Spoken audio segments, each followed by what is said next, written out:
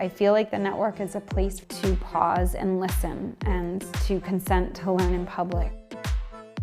Having the network here continues to make me hopeful that the town is progressing toward becoming a more inclusive, diverse, welcoming place.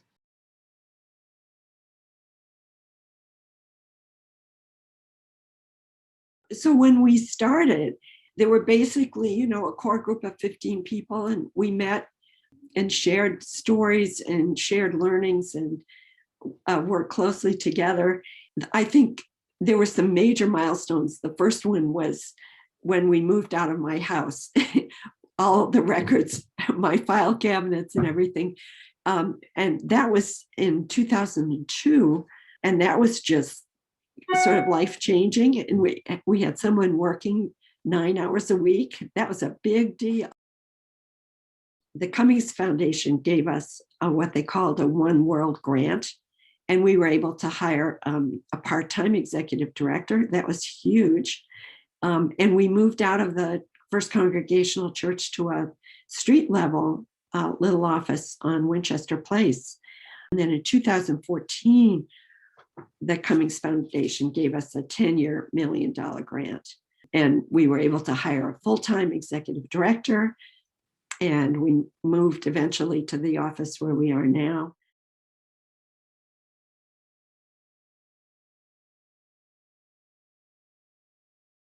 I'm so thankful that we made the decision and we pushed ourselves to really re-examine everything a few years ago.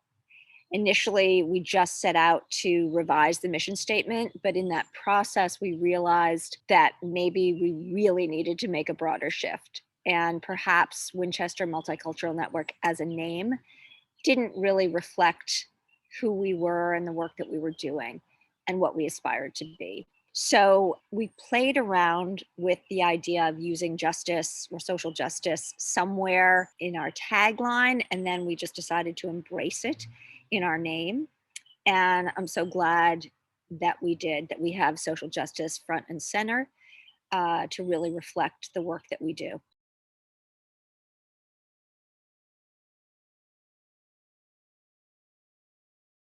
There's a lot in that human rights statement that the network has been true to over its 30-year history, as much as I know about it. That idea of respect for every individual, that just seems like such a core principle of the network, that we want to understand people's backgrounds, where they come from, their histories. We've also worked really hard to understand our own biases and our behaviors. And more recently, I think we've really delved into the systemic or institutional racism or discrimination.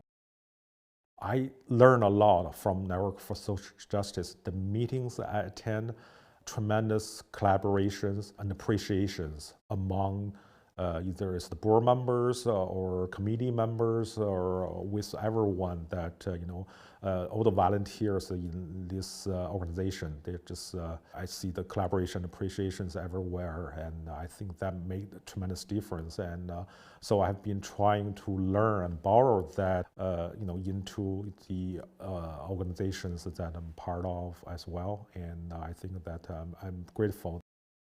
I'd say a lot of the personal connection I made came from the summer internship I did last summer, because that was basically just a group of high schoolers that were all really interested in the same things. So I became friends or strengthened friendships with a lot of people through that internship, and I know that's also something that's helped me. For example, working at the high school, like in different clubs, I know a bunch of us were club officers and leaders, so we worked together to hold different events together and run different campaigns together.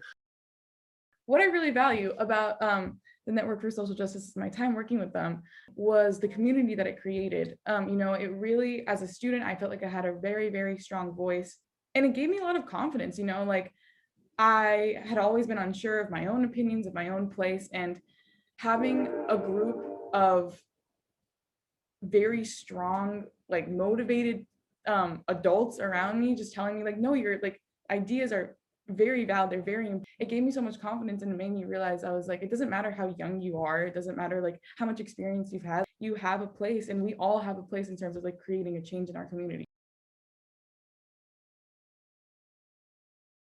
In the coming decades, I'd like to see the network have an even broader reach. Locally, I'd like to see even more Winchester residents actively involved with the organization. I hope the network will continue to be an important partner. And I also can envision the network being a model and a resource for other communities. What animates young people today might be an important indicator of what the world will be, in 30 years from now, and what the network will choose to focus on. I hope that the network now and in 30 years and in 60 years can do what it's been doing since it was founded, which is trying to just keep pushing the conversation further and going a little bit deeper and making people feel comfortable asking questions, challenging things, and talking about all the different groups that are in this town.